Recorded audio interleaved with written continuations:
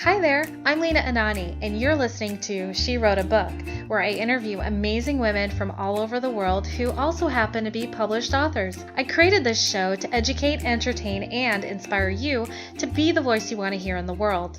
Now let's get started. You are listening to episode number 101 of She Wrote a Book, and today I'm interviewing Nikki Abramson, author of the book I Choose Hope, Overcoming Challenges with Faith and Positivity.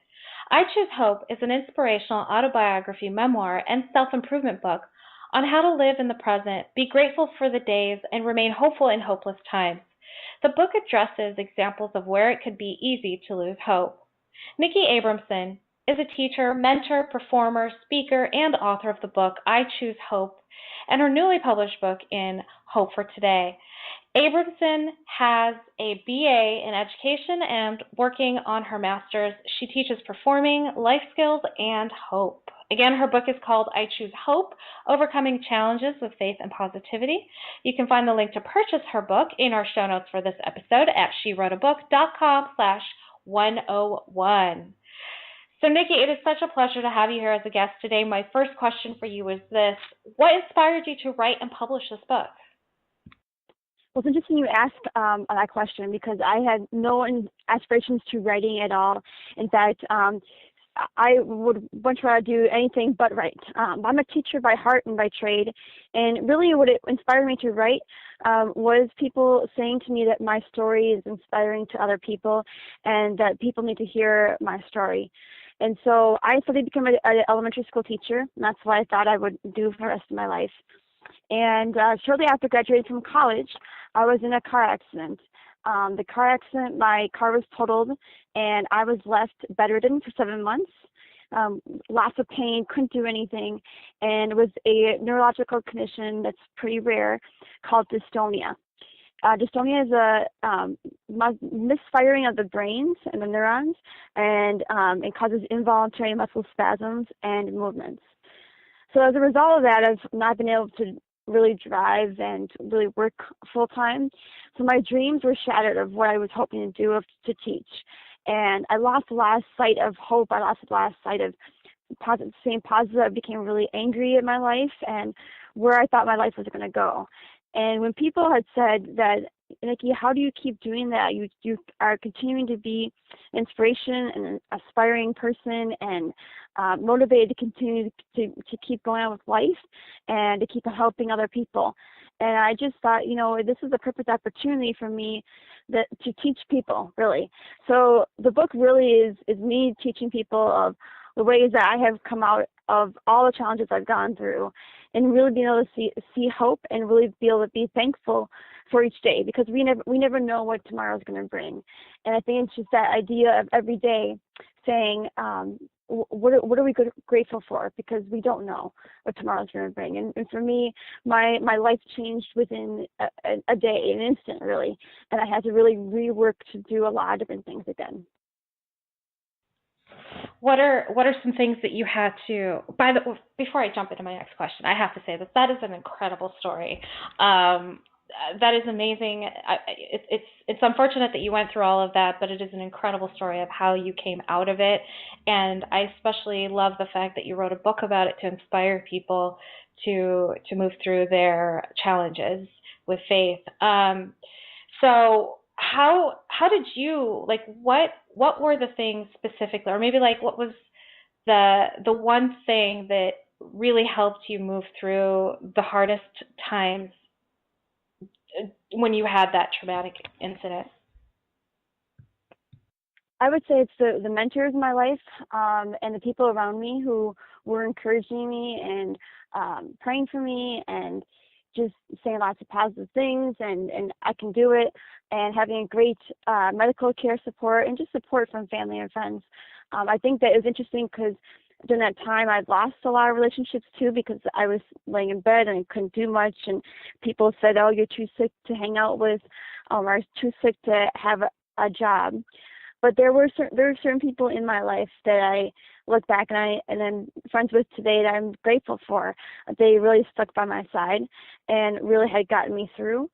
A couple people had really talked to me about this idea of opportunities, and I think that was another thing that helped me get through, which really is this idea of what are the opportunities in your life. So for me, I couldn't drive anymore, and I couldn't work like very much at all, and I really had lost a lot of function of my body. I had to retrain myself how to walk, how to eat, and just how to do really basic things. But I still had my brain, and my brain functioned well, and I was able to think and process and talk. And I thought, well, I could do something I have used my hands to. I could do something, where I'm speaking to people, where maybe it's writing, or whatever it ends up being, to continue to inspire and motivate and teach other people. And so I think it was a combination of those things, people, mentors in my life, and people inspiring me and empowering me, and then people as well saying, look at the opportunities in your life. I think that we all have challenges in our life, no matter what we're going through. Maybe it's financial or relationships or medical or, identity or whatever it is. So it's looking for those things, saying, yeah, maybe I can't do this anymore because of the challenge, but what can you do? Because there's a lot of things that you can do despite whatever your challenges are.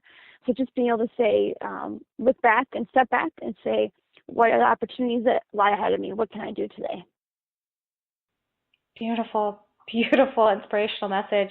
What kind of feedback have you received from your readers? Lots of amazing feedback of just how inspired they are, and how motivated they are to make change in their lives. I talk about in the book as well of growing up with a different medical challenge, a genetic defect in my body, as well as being an international Korean adoptee and going through a lot of ignorant comments and stereotypes and discrimination in my book as well. So a lot of people can resonate with this idea of challenges because we all have different challenges. The last chapter of the book is sort of a charge of inspirational of now go write your story, and we all have a story, and the world is waiting to hear your story. And I give my email address and I say, oh, I would love to hear what your story is and how this book has inspired or impactful and been impactful for you.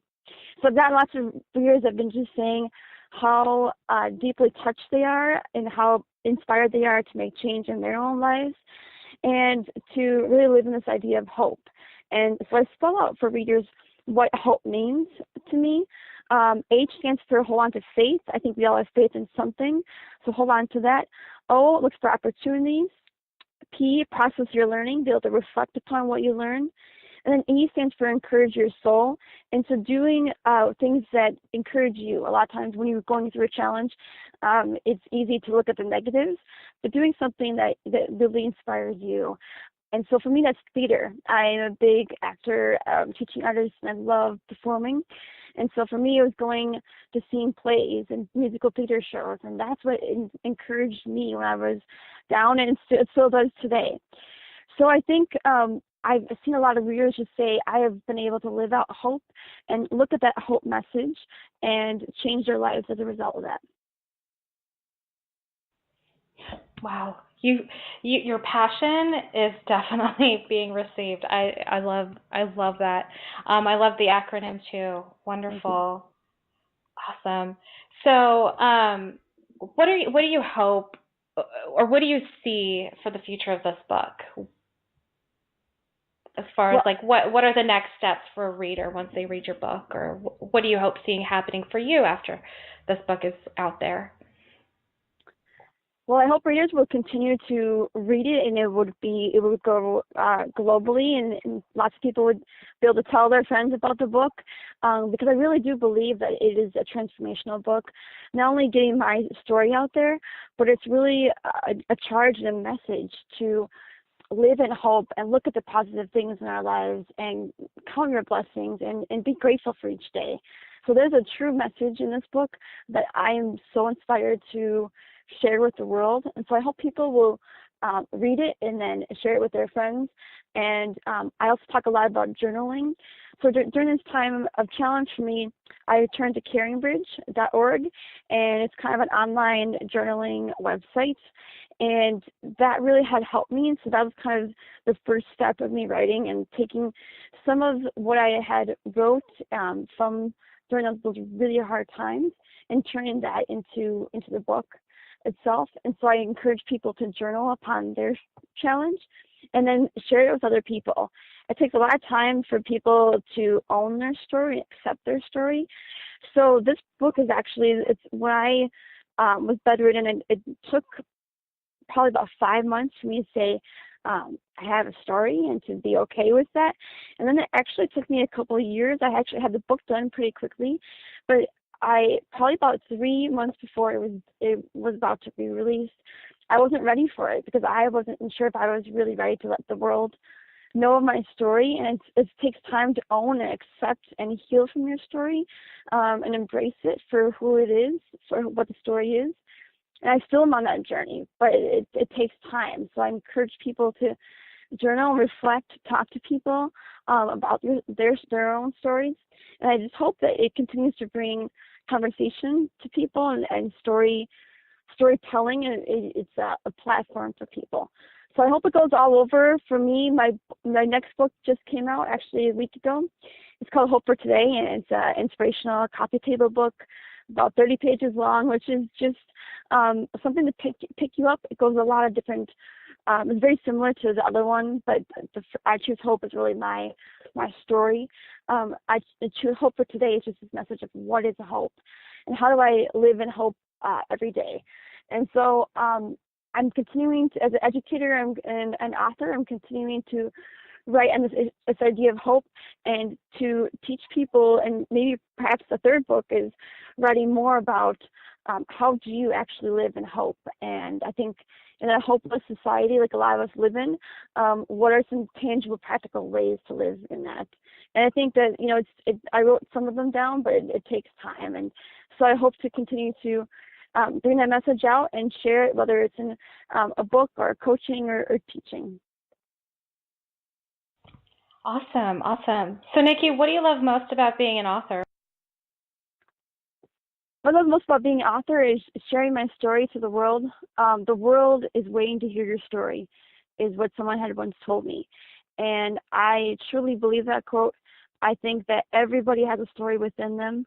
And for me, it's the smiles across people's faces that I get to see when people say I read your book, or the emails that people share with me about how their book has inspired them to make changes in their lives, and just knowing that the impact that I can make on people's lives is huge. So what I love most about being an author is allowing people to come into my world and to share the gift of hope and to be inspired, help them to make a difference in their life. Beautiful. Nikki, thank you so much for being our special guest today. We will have a link to your book in the show notes for this episode, and our listeners can find that at SheWroteABook.com/101 to learn more about our author and her hopeful book. Nikki, thanks again. It's been a pleasure. Thank you. Appreciate it. Thank you for listening to She Wrote a Book. If you enjoyed this episode, then subscribe now so you can automatically get access to all new episodes, and feel free to share your inspired thoughts with us in the comments too. I'd love to hear from you. Until then, may you always feel good and make magic.